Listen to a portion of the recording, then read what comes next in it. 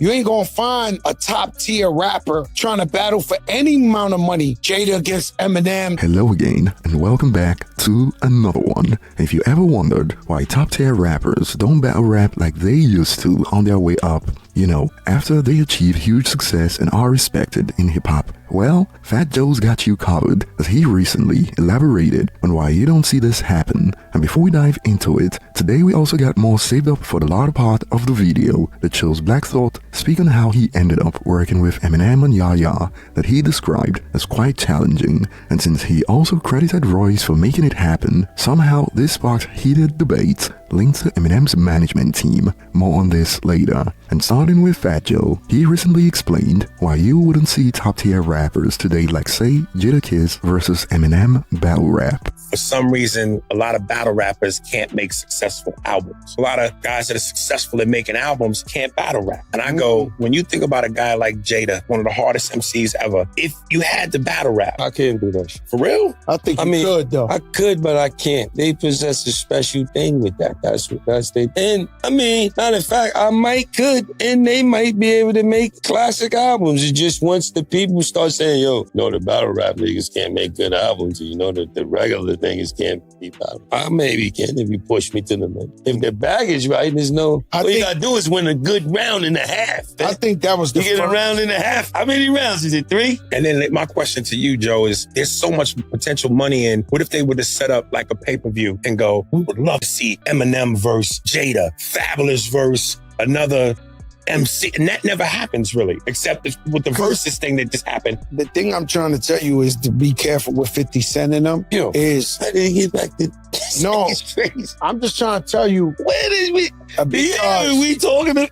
Are you here? This hip hop thing, well, the guys to get the most respect, they have unscathed resume. So nobody ever robbed Fat Joe. Nobody ever beat Fat Joe up. Nobody, with all the guys I ever beefed with, they never got one up. 50's part of that frame of thought where no one gets one up on him. So you gotta understand these guys got these type of like egos where they not trying to take no type of L. So with the battle rap, ain't no professional rapper. Like you might find a Frejo Star, you might find one of them. You ain't gonna find a top tier rapper trying to battle for any amount of money. Jada against Eminem, this. They're not doing that shit because nobody wants that blemish on a record. And it's the same way streetwise with rappers. Once you catch that L and you on video, look, they were terrified at Suge Knight till they seen him get beat up one time and they had him on film. After that, they was trying to rush him everywhere he went. Damn. These people were so terrified of him. So once they see you catch that L somewhere, whether it's battle rap or whatever the case may be, good luck walking around the same way you walk around. Now, let me go back to that original question. The truth is, there's a lot of artists out there that don't know how to make a hit record. Don't ask me why. So in his opinion, there's too much at stake at the top level, and going back to traditional rap battles isn't worth the risk. This is open to interpretation, of course, and some have summed this up as, so they are scared of each other, lol. And to be honest, rather than the word scared, I believe Fat Joe's point was more along the lines of being cautious rather than scared.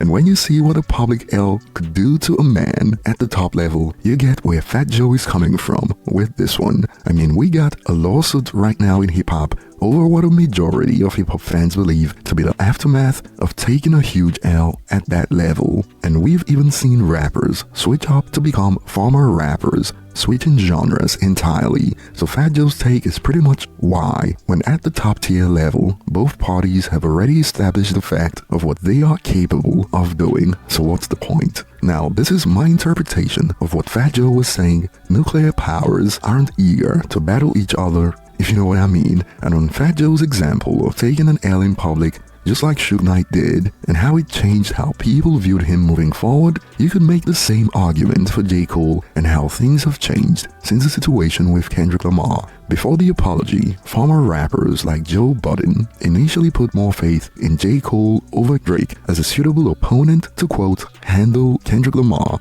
but after the apology, we got compilations that showed the shift happen in real time. I did say a few pods ago that for me, Cole is at the top of that food chain now. You did. I'm looking for Kendrick to try to change that. Watch the tone. That's my issue with this fucking narcoleptic sounding shit. No, none of these niggas are killers. And that's the problem. Cole has showed on this project, for me, that he's still the best rapper. But I think that what this beef is showing me is that the best rapper today don't necessarily need to have this beef bag in their toolbox. I don't think that any of them know how to do it correctly. I think if you hit Drake too hard, he's gonna cry, like he's always done. Cole, I don't think is just prepared for these lights to be this bright. They're not these battle lights tested. are too I'm not checking. bright. I'm not rolling with These lights are too bright. Just yet. You like, yo, I'm out. I apologize for everything I've ever said. You the holiest, you the greatest of all time, bro. I love you, bro. And then you start talking I'm shit the best again. boxer alive. I don't think you could do that because, you know, you could have done it if you got knocked out, Yeah, At least I stepped in the ring. you took the fight. Yeah. right? Like Mike Tyson got knocked out. He's still fucking ill. Mike Tyson was not like, hey, I don't think I want to fight anymore. Why did you back out is the question. Because I couldn't sleep at night.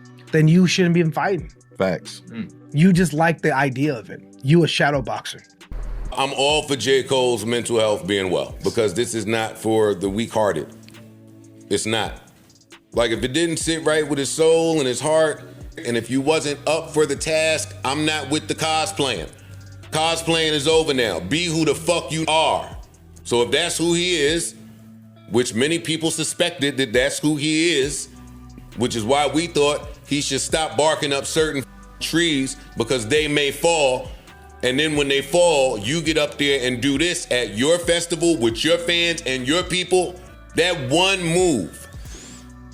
Now I gotta think of the position that you put everybody in.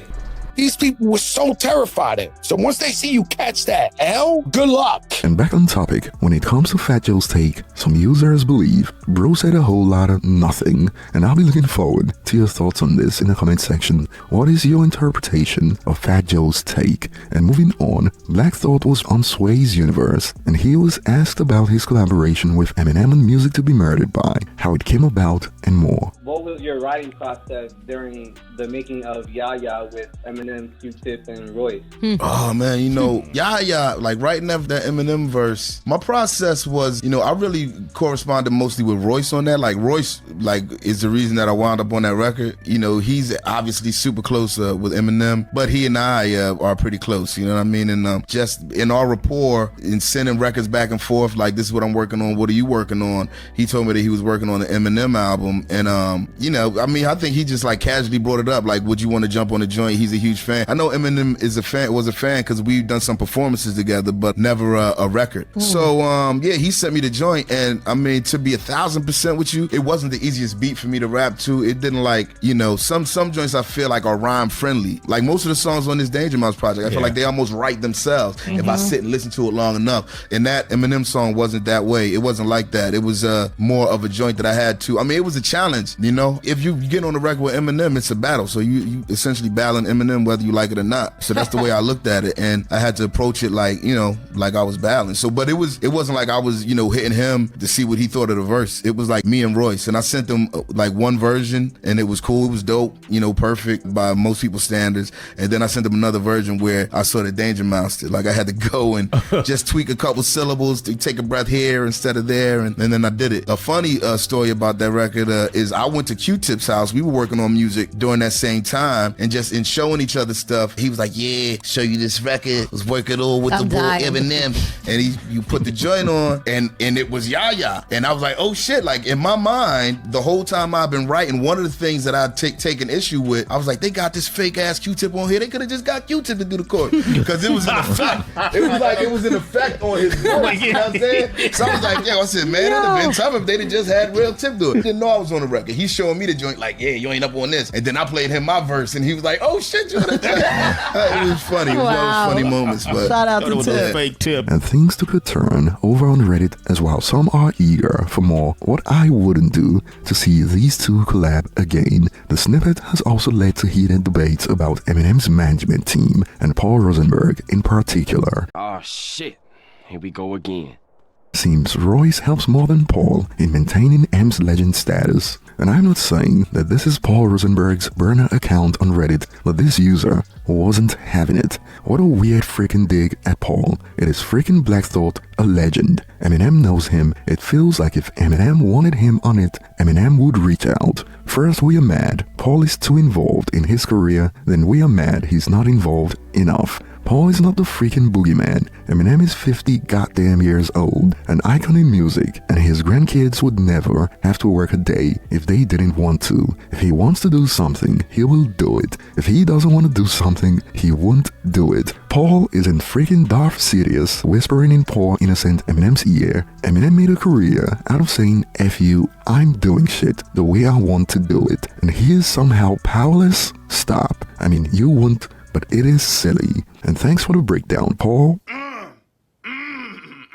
But jokes aside, the debate didn't end there, as another user fired back with, I understand all this, but when it comes to features, I feel Royce has more direct connections. He's good at that, and also when it comes to fan interactions, he gives more genuine responses. I also had an Akon interview in mind when he said he avoided going through Paul, as it might not have worked, and instead asked Obi for an introduction. So clearly, the ongoing split when it comes to Eminem's management team isn't slowing down anytime soon. For some fans, Paul Rosenberg is responsible for every questionable move that Eminem's made over the last couple of years, while some believe Eminem is still very much in control and is responsible for all the questionable moves, all while some believe it is a combination of both. But that will be all for today, and I'll be looking forward to your thoughts on Thoughts comments, and also your thoughts on Fat Joe's take of why you wouldn't see top-tier rappers engage in that old-fashioned battle rap, even if it was part of their come-up story